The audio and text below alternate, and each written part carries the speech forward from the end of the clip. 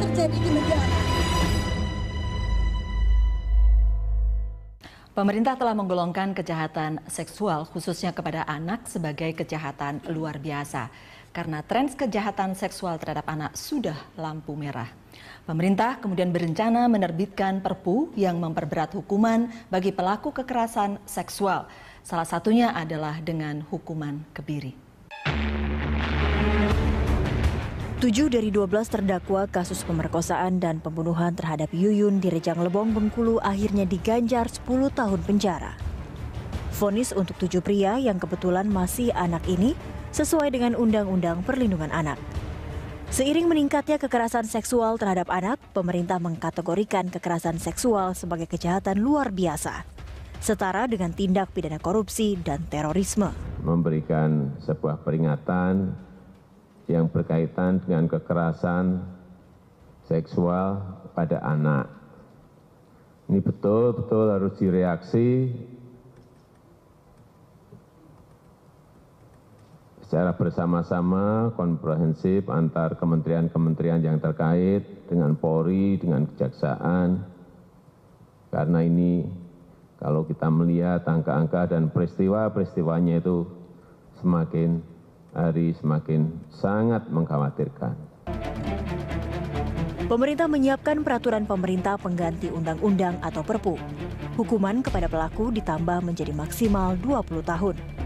Selain hukuman pokok, akan diberlakukan hukuman tambahan berupa kebiri kepada pelaku dewasa, pemasangan gelang elektronik, hingga publikasi identitas pelaku ke masyarakat luas.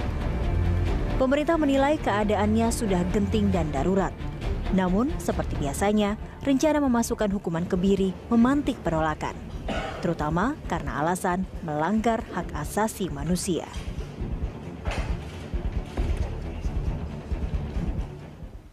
Ya, pemirsa, The Headlines kali ini mengangkat topik mengenai hukuman kebiri. Untuk membahasnya, kami telah mengundang Abdul Malik Haramain, Wakil Ketua dari Komisi 8 DPR. Kemudian ada Dr. Naik El Tobing, seorang seksolog. Dan kemudian di sebelah kiri saya hadir pula Sri Nur Herwati, Komisioner dari Komnas Perempuan. Ibu dan Bapak-Bapak, terima kasih sudah hadir di The Headlines. Perpu punya sendiri-sendiri belum terbit, tapi semangatnya adalah pemberatan terhadap pelaku kekerasan seksual terutama pada anak. Perpu itu seberapa pentingnya menurut DPR? Ya, menurut kami Perpu penting ya, dan menurut saya langkah jangka pendeknya Presiden segera mengeluarkan Perpu. Walaupun sudah ada draft ya, rancangan kabarnya undang-undang draftnya sudah revisi. ada, tinggal ada beberapa revisi. Karena begini, sebetulnya dulu di Komisi 8 itu ada panja tentang perlindungan anak. Dan salah satu rekomendasinya adalah meminta kepada Presiden segera mengeluarkan Perpu. Segera mengeluarkan Perpu, dan Perpu itu salah satu isinya adalah pemberatan hukuman. Kebiri ada di situ nggak? Ya, kebiri ada di situ. Salah satu pilihan kita di rekomendasi itu adalah pemberatan hukuman, di samping penambahan masa tahanan, salah satunya juga kebiri bisa jadi solusi. Gitu, jadi itu kebiri itu sudah ada dalam pembahasan di panja. Ya, dalam rekomendasi hasil pembahasan panja itu sudah ada. Oke. Seberapa penting Perpu ini untuk kasus kekerasan seksual? Pertama, memang kondisi kekerasan seksual ini kan sejak 2012 Komnas Perempuan sudah mendorong darurat seksual. Segera sahkan RUU penghapusan kekerasan seksual. Tapi tidak diproses, Pak. Hingga pada akhirnya 2015 tidak masuk dalam prolegnas. Kita mendesakkan lagi di 2016 masuk, tetapi di layer tambahan. Perpu ini penting, tetapi kita minta supaya kekerasan seksual yang terjadi pada anak tidak dipisahkan dengan kekerasan seksual yang terjadi pada perempuan. Karena itu sesuatu yang tidak bisa disimplifikasi, disederhanakan gitu ya, hanya melihat ini perlindungan untuk anak. Sementara kasus-kasus terhadap perempuan, kita lihat kondisi korban tidak mampu mengakses keadilan. Perpu ini kalau ikut draftnya hanya berisi tentang pemberatan hukuman sebenarnya. Menurut saya sebetulnya kalau bisa Perpu itu isinya jangan itu. Jangan cuma itu. Karena problem masalah mengantisipasi kekerasan terhadap anak itu bukan hanya hukuman sebetulnya. tapi juga menyangkut yang terpenting tindakan preventifnya. Dulu Pak SBY itu pernah mengeluarkan Inpres tahun 2014. Impresnya sebetulnya bagus, koordinasi antar menteri, mulai dari Kemensos, Menteri Pemberdayaan Perempuan dan Perlindungan Anak, kemudian polisi sampai Menaker itu ada semua. Sampai kemudian waktu itu ada instruksi dari Pak Presiden lewat Inpres itu, Pak SBY waktu itu menginstruksikan agar Pemprov, kemudian Pemkab dan Pemkot itu membuat perda perlindungan terhadap anak. Dan sudah ada sekarang? Dan tidak semua daerah punya perda itu. Maksud saya Perpu itu juga harus menjadi senjata dan menjadi alat bagi Presiden Jokowi untuk segera menginstruksikan sekaligus kepada Pemprov dan Pemkab dan Pemkot untuk segera mengeluarkan perda. Nanti kita bahas lebih lanjut yang itu ya. Dok, satu hal yang kemudian sudah beredar nih di luar bahwa draft Perpu ini juga memasukkan hukuman alternatif atau hukuman tambahan kebiri. Kalau dari Dr. Naik, tanggapan soal hukuman kebiri untuk membuat jera pelaku kekerasan seksual terutama terhadap anak. Nah, yang kita tahu selama ini kebiri itu adalah membuang testis. Itulah melalui pembedahan kemudian mengangkat testis begitu ya. Membuang testis. Nah, tetapi yang saya dengar belakangan adalah ada disebut kebiri kimiawi, Dok. Kebiri kimiawi. Jadi kemudian yang kemudian beredar di luar adalah kebiri kimiawi ini menyuntik anti androgen begitu. Anti androgen. Itu biasa juga dilakukan di medis? Biasa juga dilakukan, tapi untuk walaupun apa? pasiennya jarang. Salah satu sebetulnya dulu dipakai itu untuk sampai sekarang juga, tapi yang lebih kecil-kecil dosisnya untuk alat KB, bagian dari KB perempuan. Supaya jangan keluar produksi uvum, bukan? Sel telur. Nah, begitu. Tetapi kalau untuk pria memang itu dipakai untuk menurunkan libido seksual. Menurunkan libido seksual. Apakah kemudian itu akan menghilangkan libido atau gairah seksual pria? Seberapa besar pengaruhnya kepada libido seksual itu tergantung kepada individu dan dosisnya. Jadi berbeda-beda. Seperti Anda tahu, libido seksual setiap orang, laki maupun perempuan, setiap orang berbeda-beda. Ada yang kuat 5 kali satu hari misalnya, ada yang sekali seminggu. Nah, jadi seberapa besar misalnya, taruhlah sudah dihukum dia dengan pemberatan ini, bukan? Tentu tidak ada istrinya. Atau ada istrinya, ya kan nggak tahu kita. Ada yang menikah, ada yang tidak menikah. Nah, kalau dia tidak menikah, bagaimana kita ketahui efektivitas daripada Dok, saya membayangkan begini nih, Dok. Kenapa diberikan, kenapa rencana itu ada? Kenapa kemudian diberikan hukuman tambahan, hukuman ini kebiri, begitu? Karena khawatir dia akan mengulangi atau mencegah supaya dia tidak mengulangi kekerasan seksual terhadap anak terutama, gitu. Ya, nah itulah dia. Jadi itu tergantung kepada insting, kekuatan libidonya di dalam dirinya. Jadi tidak ada yang bisa membuktikan bahwa itu kemudian hilang pada saat pengaruh, pengaruh suntikan. Atau tergantung. Makanya seberapa besar hilangnya itu kita nggak tahu. Masing-masing orang berbeda. Tapi masing-masing orang berbeda. Ada pengaruh nggak ke libido seseorang, Bro? Ada pengaruhnya. Pasti ada. Ya? Pasti ada. Cuma seberapa besar kita nggak tahu. Jangan-jangan tambah juga, makin naik libidonya. Karena dia itu bukan dia tidak setuju dan itu dipaksakan kepada dirinya dan langsung berontak dia. Walaupun mungkin dia melakukan seks itu bukan memakai penis. Bisa memakai hal yang lain. Jadi kalau dia taruhlah kita sebut sebagai kebiri kimiawi gitulah ya. Kita pakai istilah yang sama lah, kebiri kimiawi. Kalau dia diberikan kebiri kimiawi, tidak ada jaminan bahwa hasrat seksualnya hilang atau turun. Sampai titik nol. Sampai titik nol. Titik yang efektif mencegah kejahatan itu. Oke, tidak ada jaminan itu. Itu yang pertama. Kemudian yang kedua, kira-kira berapa lama itu bisa waktu? Misalnya saya memberikan injeksi, pemerintah memberikan suntikan kepada seseorang pelaku gitu. Itu akan bertahan berapa lama? Seminggu, 2 minggu, sebulan? Itu obat itu memang standar akan bertahan dalam badan sekitar 3 bulan. Sesudah itu akan dibuang. Jadi sesudah 3 bulan dia akan kembali normal. Hilang, Prof, ya? Otomatis hilang dia. Nah, jadi apakah memang selama 3 bulan itu mempunyai kekuatan menurunkan libido seksual atau insting seksualnya? Kita tidak tahu. Apakah hanya sebulan saja? Jadi memang mesti ada ahli yang menghitung itu. Ada ahli menghitung itu. Kalau efek samping ada nggak, Prof? Efek samping benaran tidak. Selama ini pengalaman kita itu tidak ada efek samping yang berat. Biayanya mahal atau murah, Cukup mahal. Cukup mahal. Kita tahu visum yang harganya sekitar 75 sampai 100 ribu saja, negara sampai sekarang tidak sanggup menyiapkan.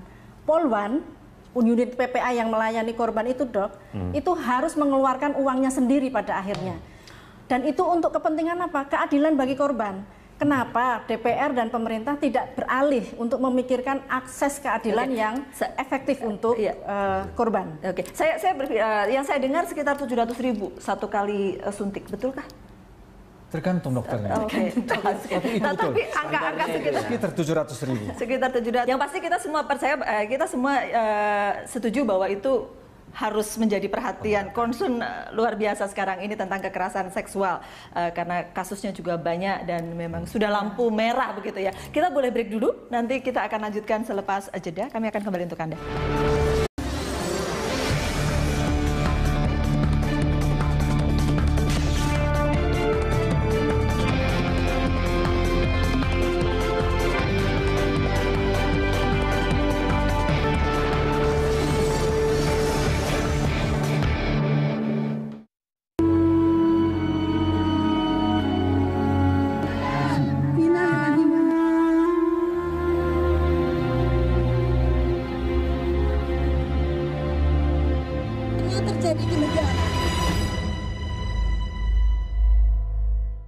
Pemerintah telah menggolongkan kejahatan seksual khususnya kepada anak sebagai kejahatan luar biasa karena tren kejahatan seksual terhadap anak sudah lampu merah.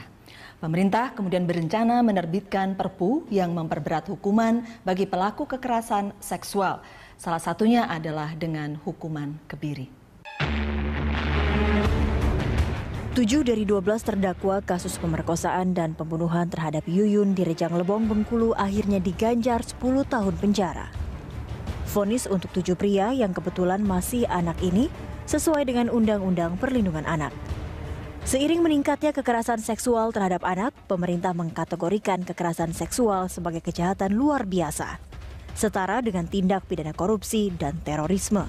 Memberikan sebuah peringatan yang berkaitan dengan kekerasan seksual pada anak.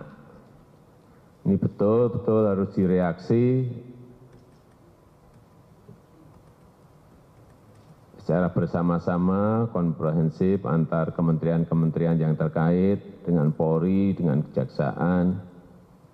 Karena ini kalau kita melihat angka-angka dan peristiwa-peristiwanya itu semakin hari semakin sangat mengkhawatirkan. Nanti kita bahas lebih lanjut yang itu ya. Dok, satu hal yang kemudian sudah beredar nih di luar bahwa draft Perpu ini juga memasukkan hukuman alternatif atau hukuman tambahan kebiri.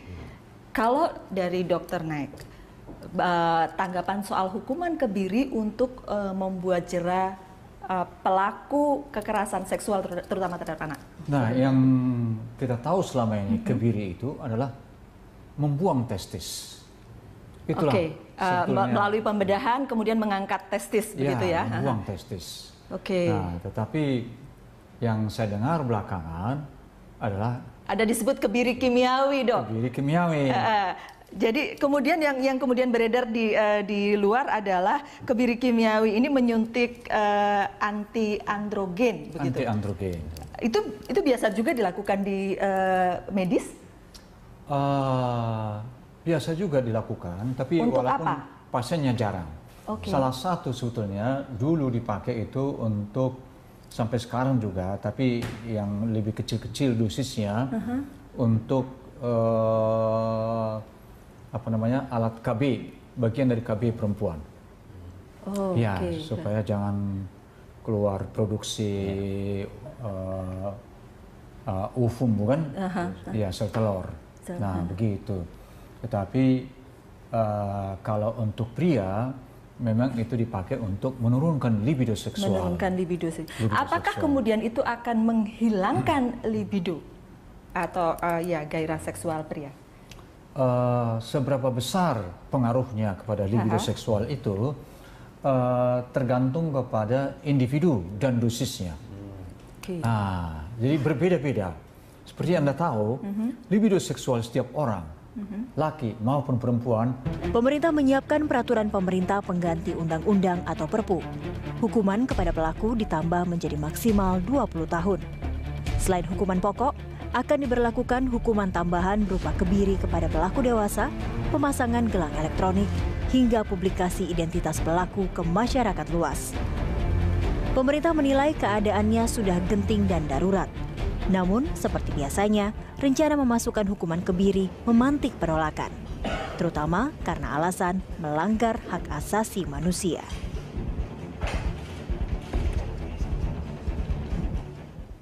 Ya, pemirsa, The Headlines kali ini mengangkat topik mengenai hukuman kebiri.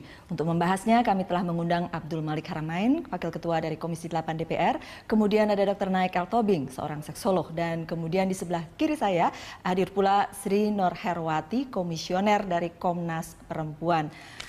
Ibu dan Bapak-Bapak, terima kasih sudah hadir di The Headlines.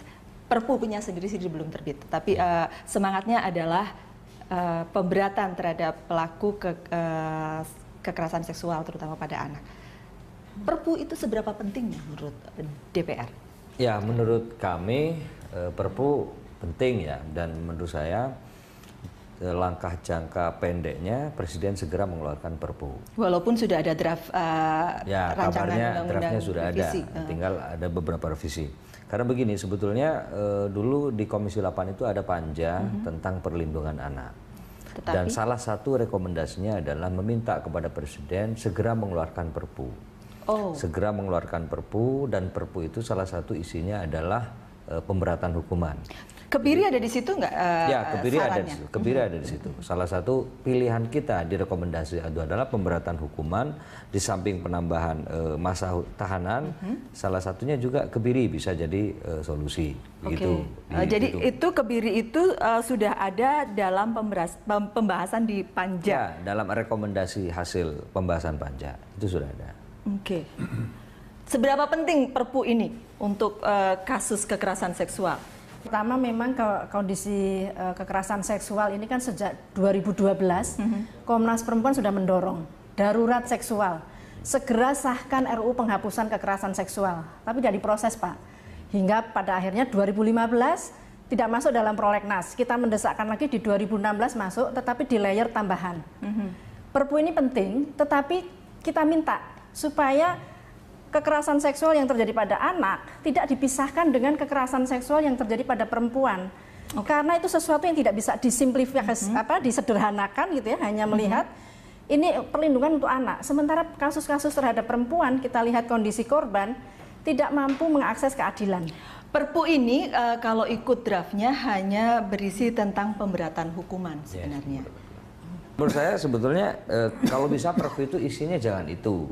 Jangan cuma itu. Karena problem masalah mengantisipasi kekerasan terhadap anak itu bukan hanya hukuman sebetulnya. Tapi juga menyangkut yang terpenting tindakan preventifnya.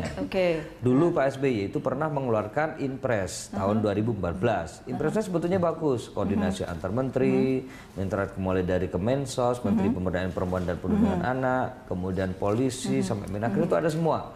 Sampai kemudian waktu itu ada instruksi dari Pak Presiden lewat Inpres itu, Pak SBY waktu itu menginstruksikan agar Pemprov, kemudian Pemkab dan Pemkot itu membuat perda perlindungan terhadap anak. Dan sudah ada sekarang? Dan tidak semua daerah punya perda itu. Maksud saya Perpu itu juga harus menjadi senjata dan menjadi alat bagi Presiden Jokowi untuk segera menginstruksikan sekaligus kepada Pemprov dan Pemkab dan Pemkot untuk segera mengeluarkan perda. Setiap orang berbeda-beda. Ada yang kuat 5 kali satu hari misalnya, ada yang sekali seminggu. Nah, jadi seberapa besar misalnya, taruhlah sudah dihukum dia dengan pemberatan ini, bukan? Tentu tidak ada istrinya. Nah, atau ada istrinya, ya kan nggak tahu kita. Ada yang menikah, ada yang tidak menikah. Nah, kalau dia tidak menikah, bagaimana kita ketahui efektivitas daripada Dok, saya membayangkan begini nih dok, kenapa diberikan, kenapa rencana itu ada, kenapa kemudian diberikan hukuman tambahan, hukuman ini kebiri begitu, karena khawatir dia akan mengulangi atau mencegah supaya dia tidak mengulangi kekerasan terhadap kekerasan seksual terhadap anak terutama gitu. Ya, nah itulah dia. Jadi itu tergantung kepada insting, kekuatan libidonya di dalam dirinya. Jadi tidak ada yang bisa membuktikan bahwa itu kemudian hilang pada saat pengaruh, pengaruh suntikan itu. Makanya seberapa besar hilangnya itu kita nggak tahu. Masing-masing orang berbeda. Tapi masing-masing orang berbeda. Ada pengaruh nggak ke libido seseorang, Bro? Ada pengaruhnya. Pasti ada. Ya? Pasti ada. Cuma seberapa besar kita nggak tahu. Jangan-jangan tambah juga, makin naik libidonya. Karena dia itu bukan dia tidak setuju dan itu dipaksakan kepada dirinya dan langsung berontak dia. Walaupun mungkin dia melakukan seks itu bukan memakai penis. Bisa memakai hal yang lain. Jadi kalau dia taruhlah kita sebut sebagai kebiri kimiawi gitulah ya. Kita pakai istilah yang sama lah, kebiri kimiawi. Kalau dia diberikan kebiri kimiawi